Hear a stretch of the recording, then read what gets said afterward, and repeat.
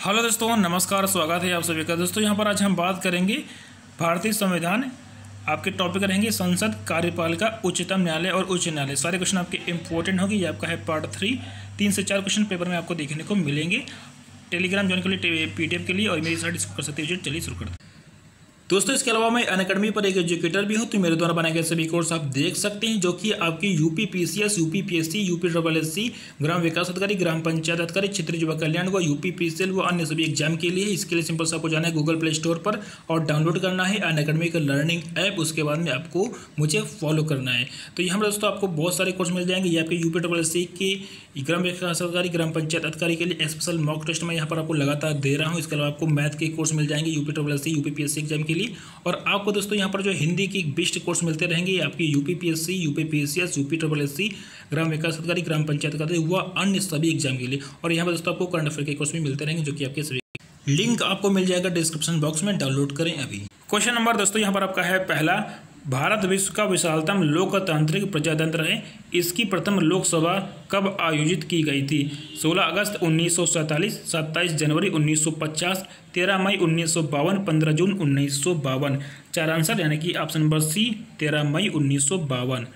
दोस्तों भारत की प्रथम लोकसभा की बैठक जो है 13 मई 1952 को हुआ था, जबकि प्रथम निर्वाचित लोकसभा आपका 17 अप्रैल 1952 को अस्तित्व में आई थी। तो दोनों पॉइंटों को ध्यान में रखेंगे, पेपर में आए हैं और आने वाले एग्जाम में पूछे जाएंगे। क्वेश्चन नंबर दोस्तों यहाँ पर आपका दिया गया है अगला, भारत में निम्न में से किस लोकसभा अध्यक्ष का कुल कार्यकाल सर्वाधिक रहा है? 4 आपके आंसर हैं, यानी कि डॉक्टर बलराम जाखड़ आपका है राइट आंसर। दोस्तों भारत में जो है लोकसभा अध्यक्षों में सबसे ज़्यादा लंबा कार्यकाल रहा है डॉक्टर बलराम जी का। वे 22 जनवरी 1980 से लेकर 18 दिसंबर 1989 तक अध्यक्ष के रूप में पीठासीन रहे। उन्होंने 7वीं और 8वीं लोकसभा के दौरान इसकी अध्यक्षता किया था। और वर्तमान में अभी दोस्तों 6 जून 2014 से जो है श्रीमती सुमित्रा महाजन जी लोकसभा की अध्यक्ष हैं। आगे दोस्तों यहाँ पर हम बात करेंगे शून्यकाल को लेकर, यानी कि शून्यकाल का अर्थ क्या है। तो यहाँ पर आपके 2 आंसर हैं, पहला आपका बी है, दूसरा आपका सी है। ठीक है, दोनों आपके यहाँ पर राइट आंसर रहेंगे। जब कोई अति महत्वपूर्ण विषय चर्चा के लिए उठाया जाए, सुबह और दोपहर के सत्र के मध्य का अंतराल। तो इसके बारे में हम आपको डिटेल में बताने वाले हैं दोस्तों शून्यकाल का अर्थ सुबह और दोपहर के सत्र के मध्य का अंतराल, यानी कि 12 बजे से प्रारंभ होने के कारण इसे जो है शून्यकाल कहते हैं। शून्यकाल में संसद सदस्य द्वारा बिना किसी पूर्व सूचना के किसी महत्वपूर्ण विषय पर प्रश्न पूछा जाता है। प्रश्न पूछने की अनुमति एवं क्रम का निर्णय अध्यक्ष पर यहाँ पर निर्भर करता है। तो दोस्तों ये आपका पूरा एक टाइम टेबल है। जैसे कि सत्र प्रारंभ होता है 11 बजे, प्रश्नकाल का समय होता है 11 से 12 तक, शून्यकाल 12 से 1, भोजनावकाश 1 से 2 और विधायी कार्य यानी कि 2 से 5, राज्यसभा और लोकसभा यहाँ पर आपका रहता है 2 से 6 तक रहता है। ठीक है, तो ये सारी बातें यहाँ पर आप ध्यान में रखेंगे। क्वेश्चन नंबर अगला, सांसद निधि की वर्तमान राशि कितनी है? 5 करोड़, 1 करोड़, 2 करोड़, 3 करोड़। आंसर आपका है 5 करोड़। ठीक है दोस्तों, संसद सदस्य स्थानीय क्षेत्र विकास योजना 23 दिसंबर 1993 को प्रारंभ की गई। वर्ष 1993 में सांसद निधि की राशि जो है 5 लाख रुपए थी।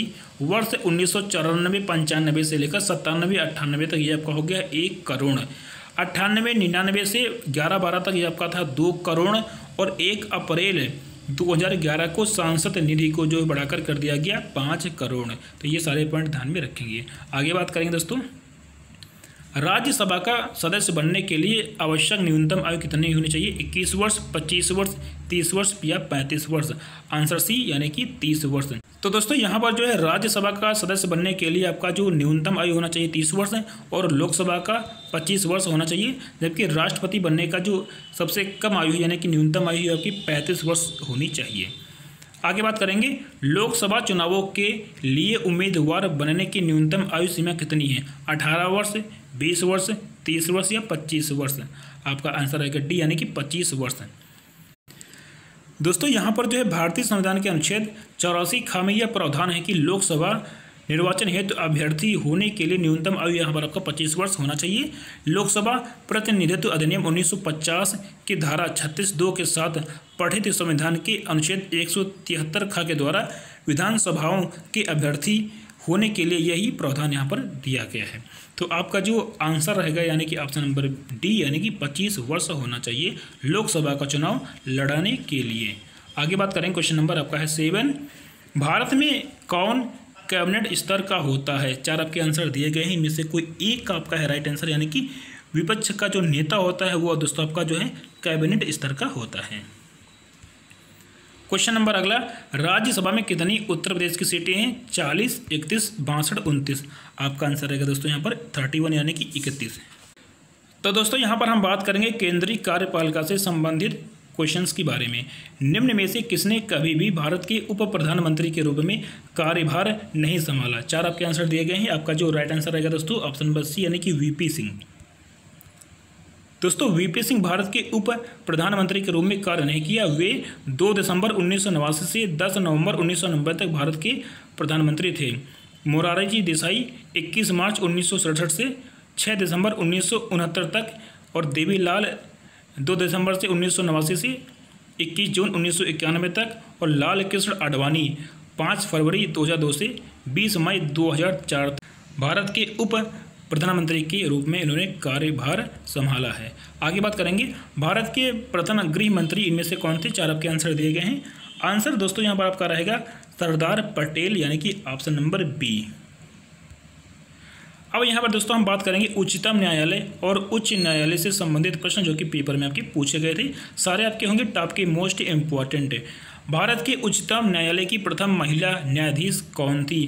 लीला सेठ, फातिमा बीबी, अन्ना चंडी, सुनंदा भंडारे। आपका आंसर रहेगा बी यानी कि फातिमा बीबी।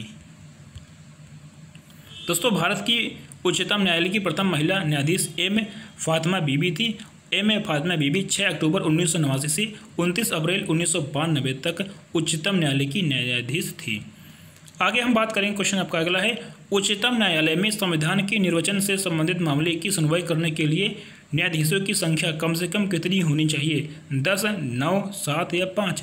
आंसर यहाँ पर आपका रहेगा 5। दोस्तों उच्चतम न्यायालय में संविधान के निर्वचन से संबंधित मामले की सुनवाई करने के लिए न्यायाधीशों की कम से कम संख्या यहाँ पर आपकी होनी चाहिए 5 अनुच्छेद 145 के अंतर्गत। आगे बात करेंगे, क्वेश्चन नंबर 3, विश्व का विशालतम न्यायिक प्राधिकरण है कहाँ पर है? 4 आपके आंसर दिए गए हैं यानी कि Allahabad high court, option number B. तो दोस्तों यहाँ पर जो है पदों की संख्या के आधार पर विशालतम न्यायिक प्राधिकरण इलाहाबाद उच्च न्यायालय की है। यहाँ पर वर्तमान में न्यायाधीशों के 160 पद स्वीकृत हैं, जबकि उच्चतम न्यायालय में न्यायाधीशों की संख्या आपकी है 31 और अंतर्राष्ट्रीय न्यायिक अदालत में आपकी ही संख्या आपकी 15 है। आगे बात करेंगे दोस्तों, नव सृजित उच्च न्यायालय कहाँ पर है? 4 आपके आंसर दिए गए हैं इसके। आपका आंसर है मेघालय, मणिपुर और त्रिपुरा। तो दोस्तों यहाँ पर जो है नव सृजित उच्च न्यायालय मेघालय में है, मणिपुर में, त्रिपुरा में है और इसका गठन वर्ष 2013 में किया था और वर्तमान में भारत में कुल आपके 24 उच्च न्यायालय हैं। तो दोस्तों ये सारे पॉइंट यहाँ पर आपके थे, काफ़ी इंपॉर्टेंट हैं और इन सभी पॉइंटों को आप अच्छे से ध्यान में रखेंगे, पेपर में आपके पूछे जाएंगे। उम्मीद करते हैं कि आपको ये पूरा लेसन मेरा पसंद आया होगा दोस्तों। और लेसन अगर आपको पसंद आया तो उसको लाइक करें, शेयर करें, कमेंट करें और चैनल को अगर अभी तक नहीं किया सब्सक्राइब तो तुरंत कर लें सब्सक्राइब, जिससे कि आपकी तैयारी अच्छी हो सके और आपको हर एक टाइप के क्वेश्चन मिल सकें। तो bye bye, take care, see you, मिलते हैं अगली वीडियो में।